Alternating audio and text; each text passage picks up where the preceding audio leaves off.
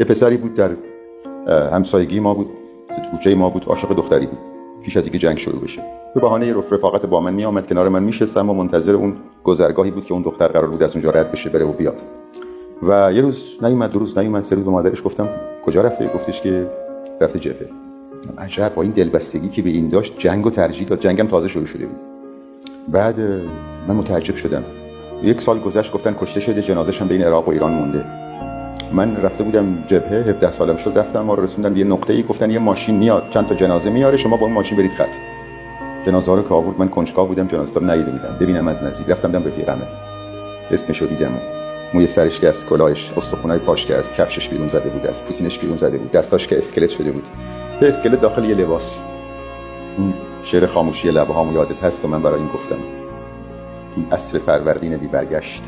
خاموشی لبهامو یادت هست تو عصر فروردین بی برگشت، با نامه‌ای که پشت در آمد بعد از غروب کربلای 8. از تو چه پنهان عاشق بودم، از دل نه از سلولم.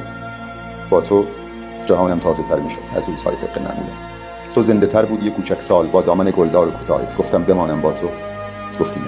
گفتم خدا، گفتی همراهت. گفتی برو، این کوچه ها فردا شب پرسه های روزگار ماست. دشمن رسید طالب اروند، فردا همین ساعت قرار ماست.